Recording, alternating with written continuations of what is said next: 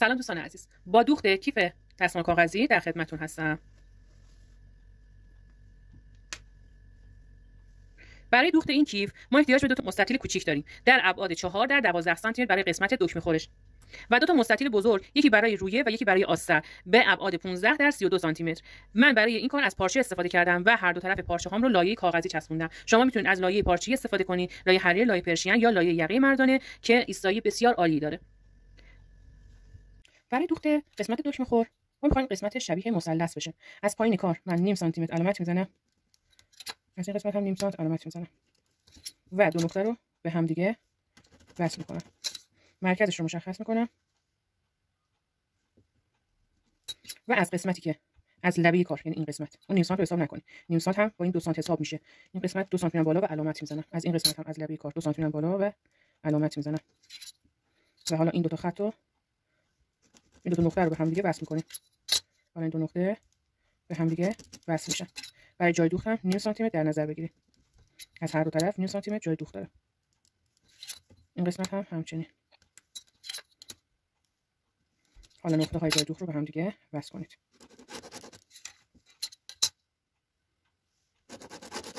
یک شکل این چنینی به دست میاریم. این قسمت نوک‌تیزش هست و اینم قسمت های جای دوخت.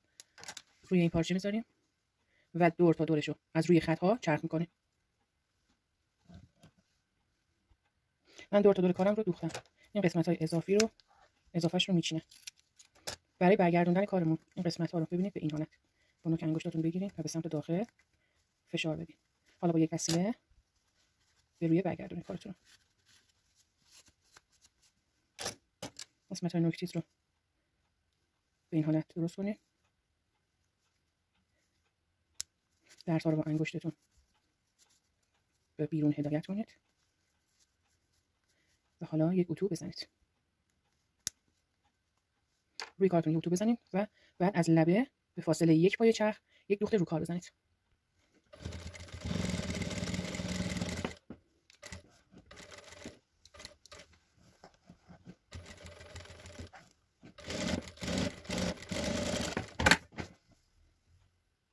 این از کار من که دوخت رو کار زدم. این قسمت دکمه خوره این کیف من هستش. خب دوستان، برای رسم الگوی این کیف ابتدا ما این پارچه رو از وسط تا میزنیم. مرکز این پارچه رو مشخص میکنیم. من از خودکار حرارتی استفاده میکنم. از این سمت هم همچنین قسمت وسطش رو مشخص میکنم، علامت میزنم و این نقطه ها رو به هم دیگه وصل میکنم. لبه خط کشم رو میذارم اینجا و 1 سانتی متر به سمت پایین میام. از این طرف هم همچنین 1 سانتی متر به سمت پایین کار میام و این دو نقطه رو به هم دیگه وصل میکنم. ببینید این قسمت که من الان نشون دادم میشه این قسمت کیف. این قسمت کیف که قسمت دهانی جیبمون قرار داره. از این 1 سانتی متری که ما مشخص کردیم، از خط 1 سانتی متر ما 7 سانتی متر برای کیسه جیب میایم پایین. از طرف دیگه هم 7 سانتی متر میایم پایین. دو نقطه رو به هم دیگه وصل میکنیم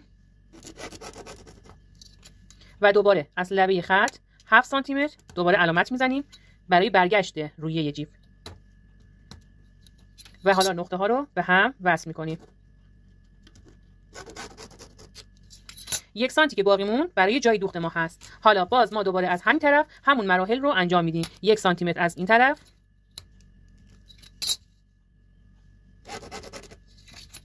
7 سانتی متر و 7 سانتی متر بعدی. از این طرف هم 7 سانتی متر و 7 سانتی متر بعدی. نقطه ها رو به هم دیگه وصل میکنیم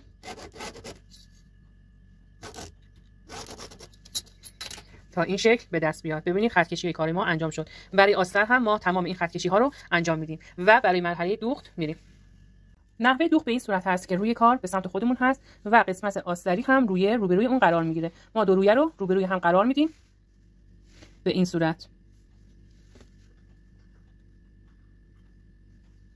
یک طرف کارمون رو، قسمت دوختش رو که جای دوخت داشت، این لبه رو کامل میدوزیم.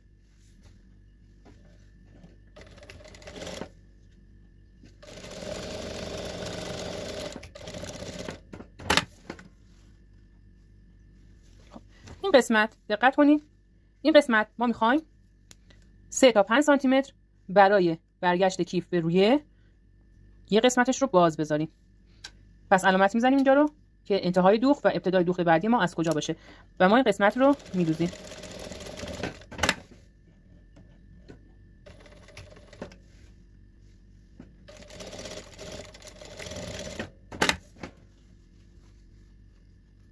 این قسمت برای برگشت باز هستش. سعی کنید هر دوختی که انجام میدین درزها رو اتو بزنید. فقط قسمت درزها رو اتو بزنید تا خط کشیایی که انجام دادیم پاک نشه. خب دوستان، برای ادامه کار من کارم رو به روی برمیگردونم و این درز رو به این حالت صاف میکنم و اتو میزنم. ببینید به این حالت. حالا این درزی که این قسمتش هم باز بود به همین حالت صاف میکنم درز رو و اتو میزنم تا درز بخوابه.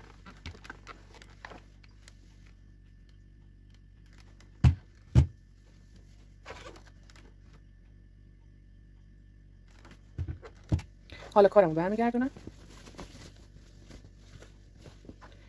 و از قسمتی که خط داشت تا میزنم به این حالت و کارمو اتو میزنم. ببینید فقط روی همین خط اتو میزنم، خطای دیگر اتو نزنید که پاک نشه. بفرمایید به این حالت. حالا از قسمت آستری هم به همین صورت این خط رو اتو میزنم. قسمت آستری دیگه رو هم به همین صورت از 7 سانت تا میزنم. روی اصلی هم به همین صورت.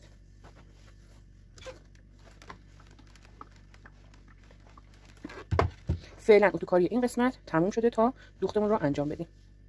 بعد از اینکه خطای تامون رو اتو زدیم، این خط تامون رو میگیریم، خط تای آسترش رو هم میگیریم و روبروی هم قرار میدیم به این حالت. این طرف هم خط تاش رو میگیریم و خط تای آستر رو روش قرار میدیم به صورتی باشه که این درز وسط کار قرار بگیره.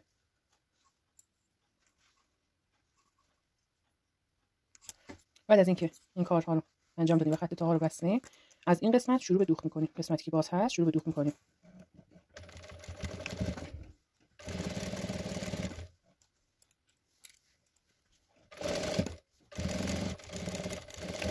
سرقایم ابتدا و انتهای دوختتون فراموش نشه. و این قسمت ها دوخت انجام میدیم.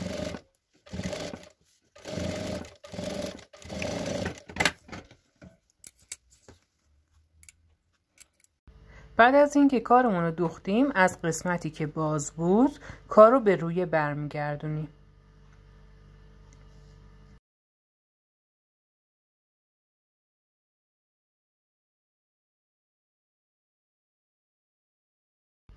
من بعد از اینکه کار رو کاملا به سمت روی برگردوندم، با استفاده از پیشگوشتی قسمت گوشه ها رو خارج کردم تا کیف حالت قشنگی بگیره. شما هم میتونید با استفاده از یک وسیله نوک‌تیز این کار رو انجام بدین. بعد از اینکه کار کاملا برگردوندیم، این قسمتی که باز بود میتونید یا زانفیکس بزنید یا پستوزی کنیدش، یا هم که میتونید از روش چرخ کنید. من میخوام از لبه کارم چرخ کنم. به فاصله 1 تا 2 میلیمتر از لبه کار یک دوخت میرم.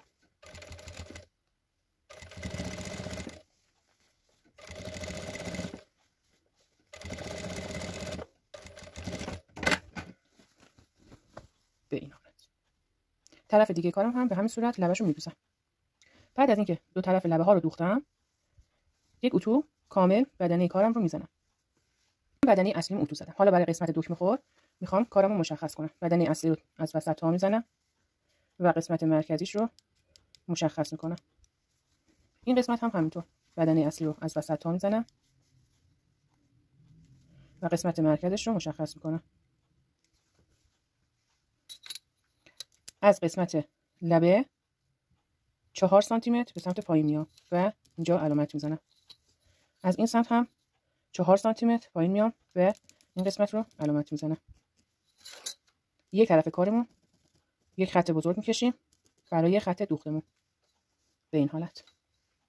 برای وصل قسمت دکمه خور به بدنه اصلی ما قسمت وسطش رو مشخص میکنیم. علامت زدم.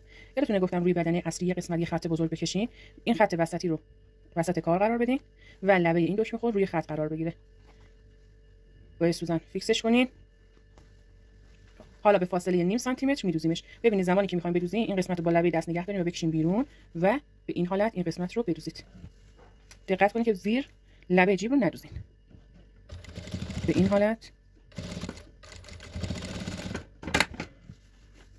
ببینید این دوغ از زیر کار هستش و این قسمت آزاده. حالا من کارمو به روی برمیگردونم و همون نیم سانتی متر رو روشو چرخ میکنم.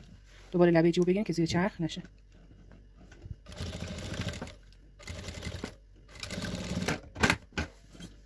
به صورت چرخ کنید که لبه دوختون اصلا دیده نشه.